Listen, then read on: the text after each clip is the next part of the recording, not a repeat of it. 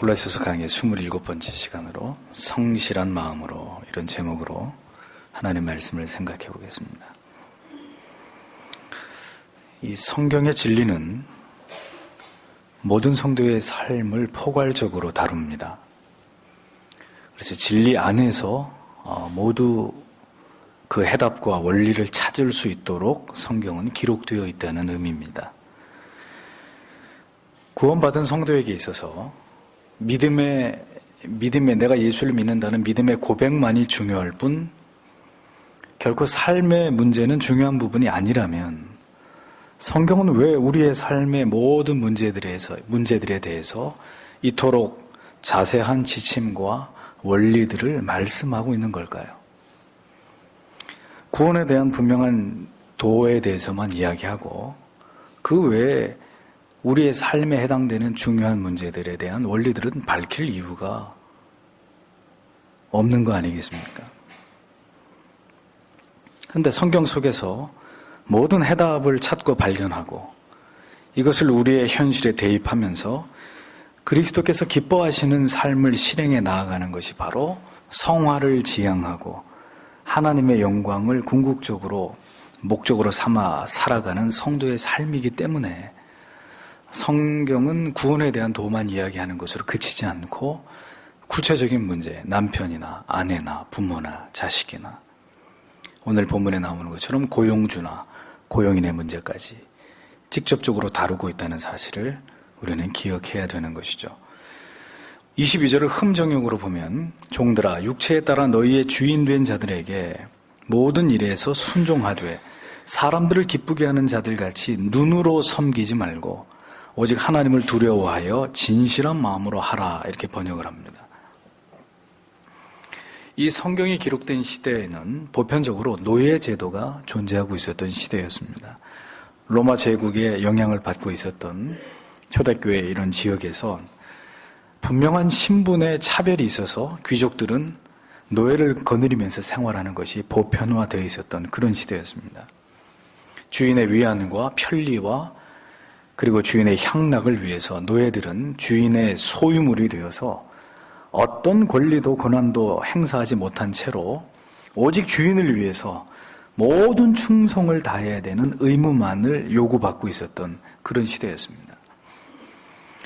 자, 우리는 여기서 이 말씀을 다루면서 한 가지를 짚고 넘어갈 것이 있습니다. 그건 뭐냐면은 왜 사도 바울은 이런 말할 수 없는 많은 폐단을 가지고 있는 노예제도에 관해서 이 노예제도의 철폐를 위해서 이 노예제도를 말씀을 가지고 비판을 하고 노예제도의 철폐를 위해서 투쟁하지 않았느냐 하는 점입니다.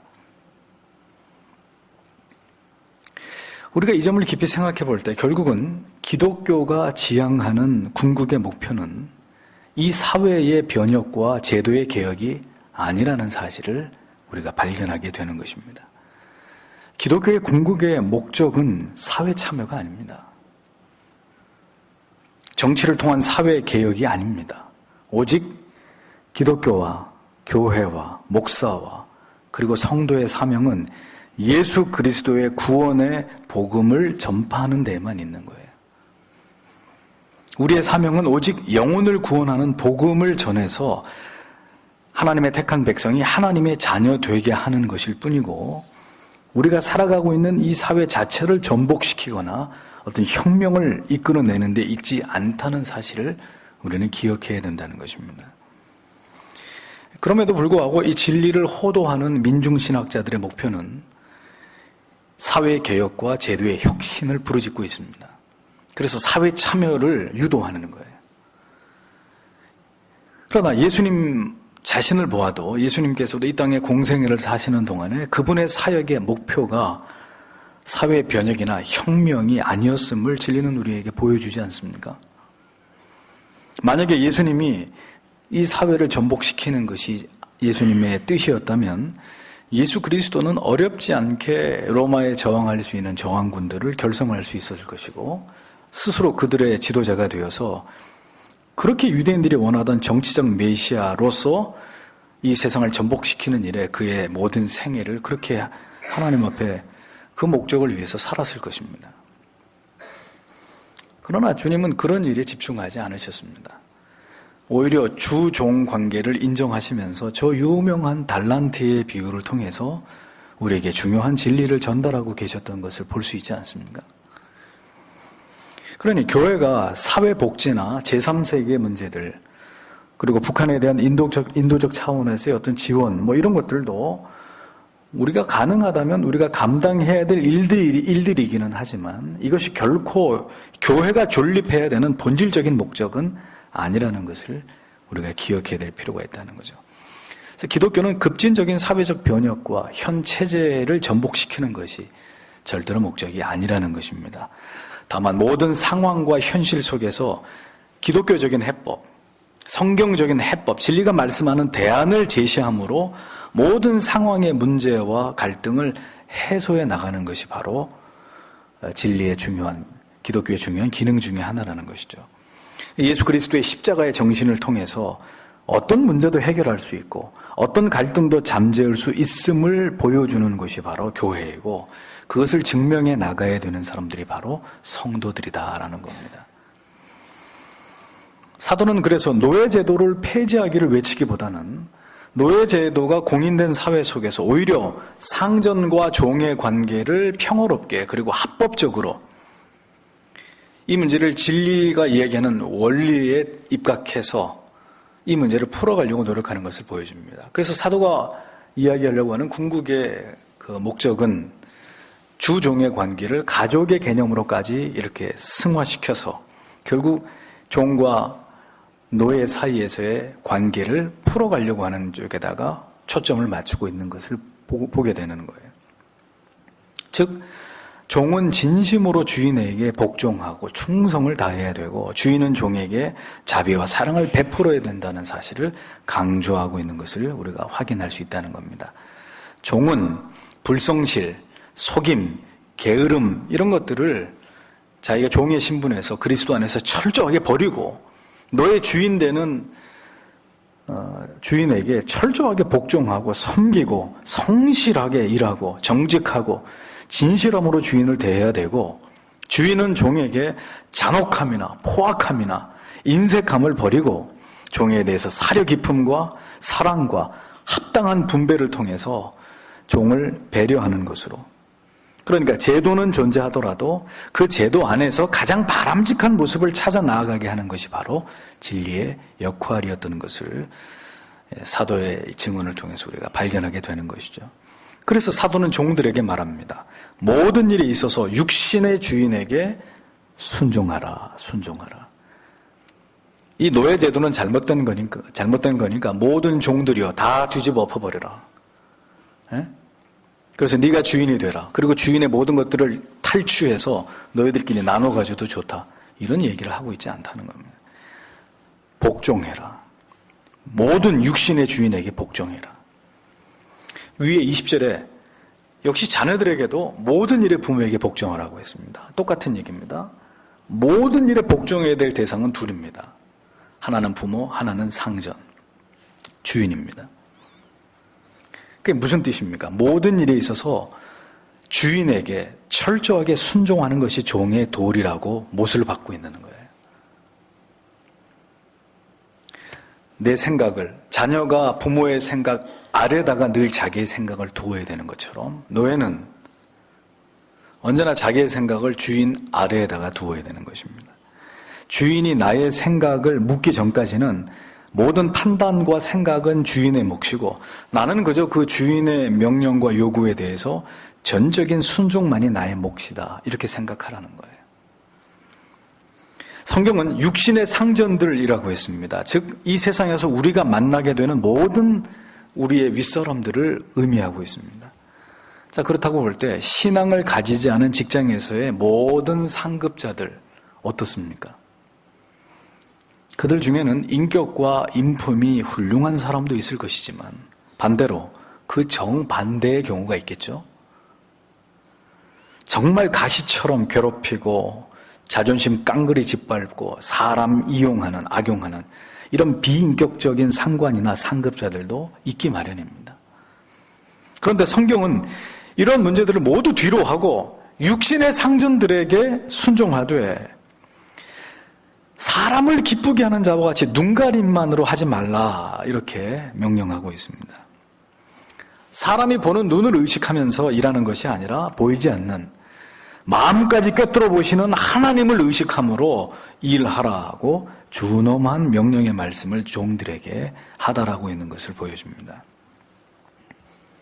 사람의 눈만을 의식해서 일하는 것이 아니라 그렇게 사람의 눈을 의식하면서 일하는 것은 이미 하나님의 눈 밖에 난 일이라는 거예요. 네가 어떤 일을 하는데 누가 나를 봐주지 않나? 누가 내가 하는 이 선행에 대해서 인정해 주지 않나? 라고 지금 그런 자세로 일을 하고 있다는 것은 이미 하나님의 눈 밖에 난 일이라는 거예요. 사람의 눈에 보이기 위한 모든 일들은 이미 그 자체만으로 하나님 보실 때 불성실한 일로 간주된다는, 정직하지 않은 것으로 하나님 앞에 그렇게 판단받게 된다는 것입니다. 그러니까 성도가 반드시 버려야 될 일은 누가 보든 보지 않던 스스로 성실하고 정직하게 자신에게 주어진 일에 대해서 최선을 다하는 것이라는 거예요. 그럼 어떻게 그것이 가능할까요? 이어서 설명합니다. 오직 주를 두려워하여 성실한 마음으로 하라, 그겁니다. 그러니까 눈앞에 보이는 사람을 의식하는 게 아니라 보이지 않는 주님을. 그래서 보이지 않는 주님이시지만 내 눈앞에 그분이 보이는 것처럼 그렇게 주님 앞에서 주님을 의식함으로 성실하게 마음을 쏟아서 그 일들을 이루어가야 될 것이다, 이렇게 말하고 있는 거예요. 내 주인이 세상 사람이든 세상 사람이 아니든, 내 주인이 너에게 친절을 베푸는 훌륭한 주인이든 아니면 끊임없이 너를 괴롭히고 노동력을 착취하는 악한 종이든 그것과 상관없이 그런 얘기입니다. 사람을 바라보면 사람에게 잘 보이기 위해서 일할 수 있고, 그 사람이 싫으면 또 싫기 때문에 일부러 악덕한 고용주에게 불이익이 돌아가게 하기 위해서 고의적으로 불성실하게 일을 할 수 있을 것입니다. 사람이 눈에 보이면. 하지만 성도는 눈에 보이는 사람을 의식해서 잘하는 척 해도 안 되고, 혹은 불성실함으로 주인에게 고의적으로 손해를 끼치려고 하는 이런 모든 의도들을 내 안에서 다 죽여야 된다는 거예요. 이 모든 일들을 성실하게 정직하게 감당해야만 되는 오직 하나의 이유는 나를 주목하고 계시는 예수 그리스도 때문이다. 예수께서 나의 모든 것을 보고 계신다. 그런 의식이 우리에게 필요하기 때문입니다. 하나님만을 두려워하는 사람은 사람의 시선을 의식하지 않습니다. 사람의 평가를 두려워하지 않고 사람들의 오해와 편견에 흔들리지 않습니다. 분명한 원칙과 소신을 따라서 일합니다. 하지만 이렇게 살아가는 일은 절대로 쉬운 일이 아니죠. 온갖 오해와 비난을 감수해야만 되는 일입니다. 주인이 보지 않을 때 모두가 요령을 부리고 정직하지 않게 일을 할 때도 신실한 종은 열심히 일을 합니다. 그러면 그 모습은 당연히 불성실한 다른 종들이 볼 때 시기와 질투의 대상이 될 것입니다. 우리는 다 노는데 저놈은 뭔데 열심히 일하는 거야 하고 불의를 행하는 종들 앞에 의로운 종은 왕따가 되기 마련입니다. 주인이 보지 않을 때 열심히 일을 하고 주인이 볼 때 잠시 쉬는 성실한 종보다는 때때로 주인이 보지 않을 때 실컷 놀고 주인이 볼 때 성실하게 일하는 척하는 종이 정말 성실한 종보다 먼저 더 주인에게 빨리 칭찬을 받고 인정받는 일들이 세상에서는 일어날 수 있습니다. 왜냐하면 주인은 신이 아니기 때문에 눈에 보이는 것만 가지고 평가를 하기 때문에. 하지만 그럼에도 불구하고 묵묵히 성실하게 언제나 그 자리에서 주어진 일들을 감당해 나갈 때 언젠가는 반드시 그 주인이 정말 성실한 종과 성실하지 않지만 주인의 눈을 속여가면서 성실한 척하는 종의 실체를 올바르게 보고 판단하게 될 날이 온다는 사실을 믿어야 되는 거예요. 그것이 바로 오직 주를 두려워해서 성실한 마음으로 일하는 종에게 필요한 마음가짐입니다. 보이지 않는 곳에서 성실함을 사람들은 보지 않지만, 사장은 보지 않지만 하나님은 보고 계신다. 그것을 잊어버리지 않는 거예요, 성도는.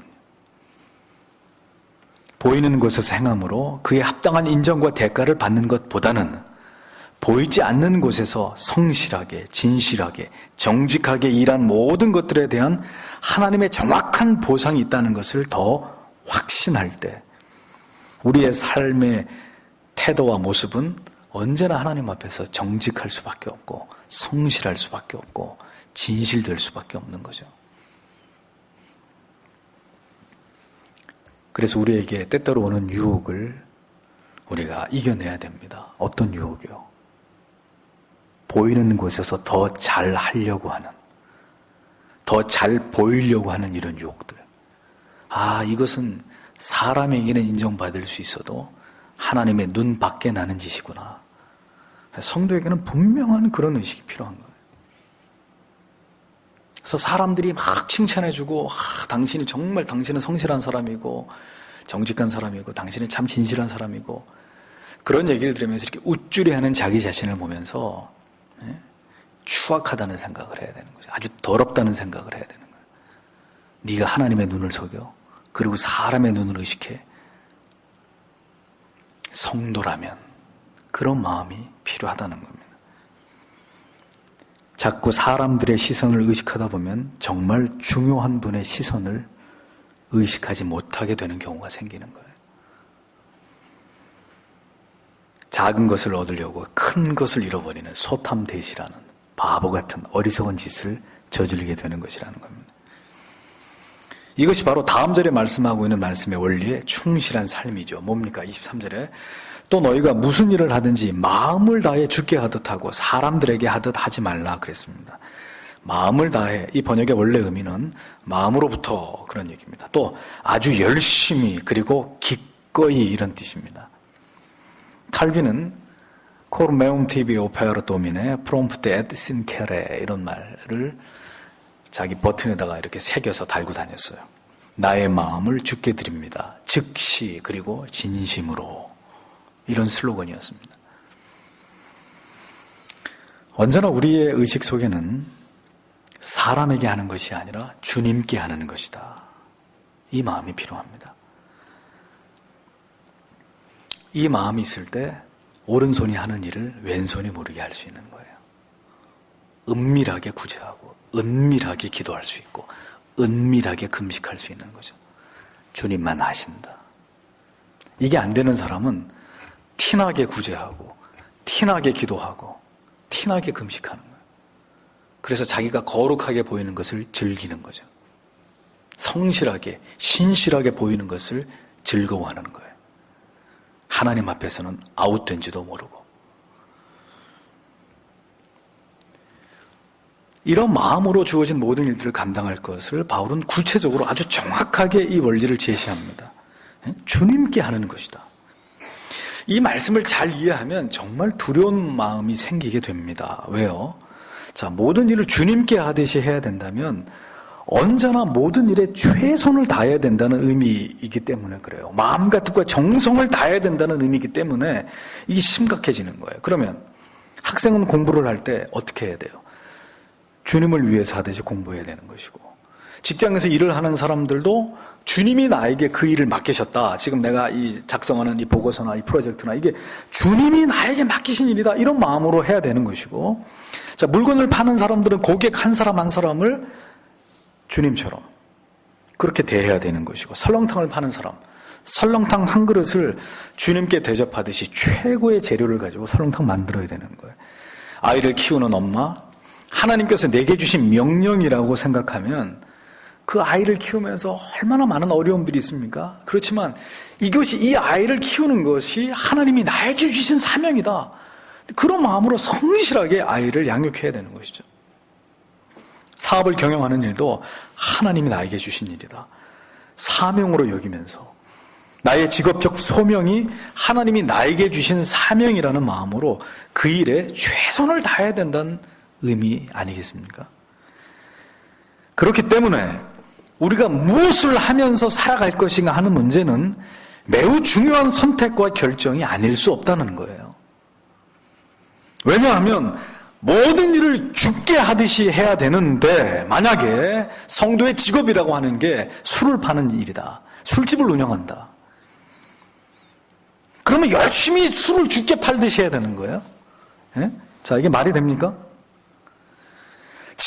성도의 직업이 사기꾼이에요. 사기 행각이에요. 직업이 해결사입니다. 직업이 PC방 운영이고 직업이 음란한 동영상 제작해가지고 온라인에다 올려서 판매하는 일이에요. 그것을 죽게 하듯이 할 수 있습니까? 또 자신이 하고 있는 일이 정말 하나님이 나에게 주신 사명이라는 생각이 들었던 적이 단 한 번도 없어요. 내가 지금 어떤 일을 하고 있는데 이게 정말 하나님이 나에게 준 사명이다 라는 마음이 들어본 적이 한 번도 없어요. 그냥 할 수 없이 먹고 살아야 되니까 하고 있단 말입니다. 자, 하나님이 맡기신 일에 대한 확신이 전혀 없는 일을 할 수 없이 하고 해야만 되는 일이기 때문에 해야 되는 그런 상황에서 지속적으로 그 일을 죽게 하듯이 할 수 있겠냐고요. 죽게 하듯이. 그러니까 이 두 가지의 경우에는 이게 죽게 하듯이 아무리 죽게 하듯이 하려고 해도 해서는 안 되는 일이고 그렇게 할 수 없는 일이 되고 마는 것입니다. 이러한 두 가지 경우에는 신속하게 하나님의 뜻을 구해서 기도한 이후에 직업과 직종을 빨리 변경해야 되는 거죠. 빨리. 진심으로 죽게 할 수 있는 그런 하나님께서 인정하시고 또 그 자신이 그 일을 통해서 보람과 만족을 얻고 기쁨으로 감당할 수 있는 그런 일에 종사하는 것이 성도로서 바람직하고 합당한 일이라고 할 수 있는 것이라는 겁니다. 다만 그렇게 직업과 직장을 선택한 일이 누구에게나 가능한 일이 아니기 때문에 그렇잖아요. 그렇게 자기 마음대로 직업과 직장을 휙휙 바꾸려고 그러면 내가 그런 것들을 초이스할 수 있을 만큼 내가 능력이 있어야 되잖아요. 근데 그렇지 않은 경우는 어떻게 해요, 그러면? 네? 내 마음대로 그런 것들을 바꿀 수 없는 상황. 그래서 노예야. 내가 노예란 말입니다. 노예들이 노예의 삶을 살아가면서도 그래서 이런 경우에 바울이 뭐라고 얘기하는 거예요? 노예의 신분이고 노예의 삶이지만 그럼에도 불구하고 그 일을 죽게 하듯 해야 된다. 이렇게 사도가 권면하고 있는 것처럼 우리가 현재 감당해야 될 일들이 너무 힘들고 어려운 일이라 할지라도 기쁨으로 감사함으로 즐거움으로 그 일을 할 수 있도록 하나님이 우리의 마음을 주관해 주시기를 언제나 기도해야 되는 것입니다. 구두 닦고 싶은 사람이 어디 있어요? 그런데 살다 보니 내가 구두를 닦아야 되는 처지가 됐습니다. 그럼 구두통을 맨날 집어던지면서 내가 이까지 일을 하면서 내가 살아야 되겠어? 이러고 있으면 자기만 손해죠.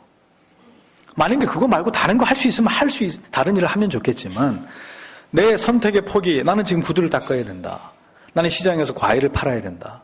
아니 그게 나쁘다는 뜻이 아닙니다.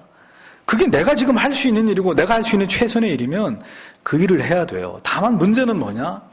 그 일을 하면서 정말 그 일 속에서 기쁨과 감사를 내 마음에 하나님이 주시는 희열을 느끼면서 그 일을 할 수 있도록 하나님이 내 마음을 만져주시기를 기도해야 되는 것입니다. 그래서 노예가 노예 생활을 하면서도 죽게 하듯이 그 말은 주님이 네 마음을 주장해 주셔서 네가 이 노예의 신분에서 벗어날 수 있을지 없을지 모르겠지만 그것과 상관없이 열심히 주인에게 하나님이 너에게 주시는, 주님이 너에게 주시는 그 마음으로 죽게 하듯이 하면 된다. 이렇게 말을 하고 있는 거예요. 우리가 이러한 소망을 품어야 되는 이유를 24절은 설명합니다. 너희가 상속유업의 보상을 주에게서 받을 줄 아나니 너희는 주 그리스도를 섬기느니라. 이렇게 말했습니다. 뭘 기억하면서 하라는 겁니까? 한 가지만 기억하라는 거예요. 이 세상에서 어떤 일을 하든지 그 모든 일에 대한 최종적 보상은 누가 한다는 거예요? 주님께서. 주님께로부터 보상이 임한다라는 것을 기억하라는 거예요. 죽게 하듯이 했기 때문에 그 모든 보상은 반드시 주님께서 책임지신다. 그런 말씀이에요. 사람이 상을 주고 사람이 나를 알아주고 사람이 나를 승진시켜주고 사람이 내 뒤를 봐주고 이렇게 생각하면 우리는 누구에게 잘하려고 할까요? 사람에게 잘하려고 할 거예요. 그 사람에게만 잘 보이려고 할 거예요. 하지만 하나를 놓치고 있는 거죠. 그 사람의 배후에서 역사하는 분이 누굽니까? 하나님이십니다. 그러면 될 일 같으면 하나님이 그 사람을 움직여서라도 계약이 되게 되는 것이고, 안 될 일 같으면 99%까지 다 된 일이 물거품이 돼버리는 거예요. 모든 보상은 누가 주시는 것이기 때문에? 하나님이 주시는 것이기 때문에. 바울은 말합니다. 그렇게 죽게 하듯이 행한 그 모든 일에 대한 보상은 주께서, 우리에게 상을 주시는 권한은 사람에게 있는 것이 아니라 주님께 있다. 이거 분명하게 알라는 거예요. 하나님께서 모든 것을 보시고, 지금까지의 삶의 모든 것을 보시고, 그의 성실함, 정직함, 어떤 일이 있어도 타협하지 않는 진실함, 이런 것을 하나님이 지켜보시고 반드시 상을 주신다는 사실을 알아야 된다. 누가? 종들이. 사도가 그 얘기를 하는 것입니다. 여기서 유업의 상이라고 했잖아요. 무슨 뜻이에요? 상속받는 재산을 말합니다. 이 말의 뜻은 부모님으로부터 우리가 재산을 상속받는데 언제 상속받습니까? 이 개념 없는 몰지각한 둘째 아들은 아버지가 살아계시는데도 내 유산 내놓으시오. 아버지가 살아계시는데 먼저 상속을 받았죠. 이런 폐륜적인 그런 경우가 아니라면 재산의 상속은 부모님이 돌아가시고 난 이후에 상속을 받게 되어 있습니다. 따라서 무엇을 뜻하는 것일까요? 이렇게 죽게 하듯이 긴 시간 동안, 어찌 보면 평생의 그 노력한 대가에 대해서 하나님은 속히 보상하시지 않는다는 것을 의미하는 것입니다. 유업의 상으로 준다. 따라서 충분한 기간이 있어야 된다는 거죠. 그렇게 성실하게, 정직하게, 죽게 하듯이, 누가 보든 보지 않든, 지금은 때가 아니라 할지라도 변함없이 하나님 앞에 뭐 하나 문제 때문에 일희일비하는 게 아니라 결국 하나님이 이끌어 가신다. 선한 방법으로 하나님이 하신다. 결국 하나님께서 열어주실 것이다. 나의 정직함을 보고 성실함을 보고 내가 이렇게 하나님 앞에 뜻을 세워서 바른 길을 가려고 이러한 희생과 대가를 치르는 것을 다 보고 계시기 때문에 하나님이 반드시 나와 함께 할 것이다. 그러면서 그 시간 동안 궁극의 보상을 믿고 그 긴 시간 동안 그렇게 살아야 된다는 거예요. 하나님이 어떤 하나 보고 했다 또 주고 또 하나 보고 또 주시고 그렇게 하시지 않는다는, 긴 시간 동안 그분은 침묵하십니다. 그래서 때때로 우리가 혼돈이 오는 거예요. 뭐 그렇게 살아도 달라지는 거 없네. 뭐 법 그렇게 지키고 다 했는데도 다른 사람은 더 잘되기만 하고 법을 안 지키는 사람은 나보다 더 잘 나가고 더 먼저 출세하고, 법 지키고 하나님 앞에 죽게 하듯이 그렇게 수년 동안 했는데도 뭐 나한테는 별반 나아지는 것도 없네. 우리가 이제 시간이 길어지니까 이런 낙심도 오고 우리가 혼란도 경험하게 되지만 그래도 끝까지 가야 되는 거예요. 반드시 하나님의 주님의 보상이 있다. 이 땅에서 지금 바로 지금 정직과 성실의 보상이 있으면 좋겠지만 하나님께서는 한동안 성도의 삶의 그 진실성에 채워져야 될 분량을 보고 계신다는 거예요. 그리고 마침내 때가 이르렀을 때 하나님이 그에게 보상을 주시고 기회를 주시고 마침내 그 모든 진실함에 대해서 상을 주실 날이 반드시 온다는 거예요. 지금 상을 받고 후에 벌을 받는 사람이 있고, 지금은 상을 받지 못하고 그저 각고의 인내와 아무도 알아주지 않는 가운데 묵묵히 수고를 감당하는 사람이 마침내 시간이 흐르고 어느 날 하나님께서 보상받게 되는 그런 사람이 있다는 거예요. 그럼 여러분은 지금 웃고 갈수록 우는 사람이 되시겠습니까? 지금은 울고 지금은 힘들고 괴롭고 눈물 나지만 시간이 갈수록 웃는 사람이 되겠습니까? 하나님은 잊지 마세요. 즉각적인 보상을 주시는 분이 아니시다. 궁극의 보상을 주시는 하나님이시다. 긴 세월 하나님 앞에서 성실하게, 정직하게, 진실하게 최선을 다한 그 모든 날들을 통해서 우리의 보상과 유업의 규모가 결정되는 거예요. 노년이 아름답고 하나님께서 주시는 보상을 여러분들이 누리고자 하신다면 부디 젊은 날 하나님 앞에서 최선을 다하는 삶을 사셔야 합니다. 오늘의 나의 삶은 과거의 침전물이에요. 오늘 내가 살아가고 있는 삶의 내용이 어느 날 이렇게 된 게 아니라 지나온 나의 과거, 그 많은 날들이 쌓이고 쌓여서 오늘의 나를 만들어주는 것입니다. 또 이 오늘이 하루하루가 이런 날들이 쌓이고 쌓여서 내일의 나를 5년 뒤, 10년 뒤의 나를 결정한다는 이 진리 잊어버리면 안 돼요. 요행수를 바라면 안 됩니다. 복지 하는데 정말 도움이 필요한 사람에게 복지 제도는 베풀어져야 합니다. 그러나 생각해 보세요. 젊은 시절에 다른 사람은 열심히 공부하고 성실하게 일해가지고 그래서 재산 모으고 그래 좋은 직장에도 들어가고 그런데 젊은 시절 허랑방탕하게 살아서 노년에 비참한 삶을 살아가는 사람들에게 성실하게 일해서 자신이 마땅히 받을 것을 받고 누릴 것을 누리는 것을 빼앗아가지고 그 게으른 삶을 평생에 살아와가지고 힘들게 사는 사람들한테 두 사람들 도와줘야 된다. 이게 올바른 분배이고 올바른 복지일까요? 물론 불쌍하니까 도와줘야죠. 굶어 죽게는 하지 말아야 되지만 성경에 일하기 싫어하는 자에게는 먹을 것도 주지 말라 그랬습니다. 게으른 사람에게는 개미에게 가서 그거 하는 것을 보고 배우게 하라고 했습니다. 게으른 사람에게 베푸는 것은 밑 빠진 독에다가 물을 붓는 그런 격이 되는 거예요. 성실하지 않은 사람들은 그 보상을 반드시 받게 되어 있습니다. 그것이 하나님의 법입니다. 하나님의 공의입니다. 가지지 않은 자들이 가진 자들의 것을 일방적으로 탐하고 그것을 빼앗아도 된다고 생각하는 이런 발상은 그래서 재벌 기업을 다 해체시켜가지고 가난한 노동자들에게 나눠주라. 이건 비성경적인 발상입니다. 이건 공산주의의 이념체제입니다. 절대로 성경은 그런 식의 말씀을 우리에게 말씀하고 있잖아요. 그건 복지도 아니고 분배도 아니고 깡패 근성입니다. 실컷 놀다가 남 잘 사니까 가서 빼앗아 가려고 하는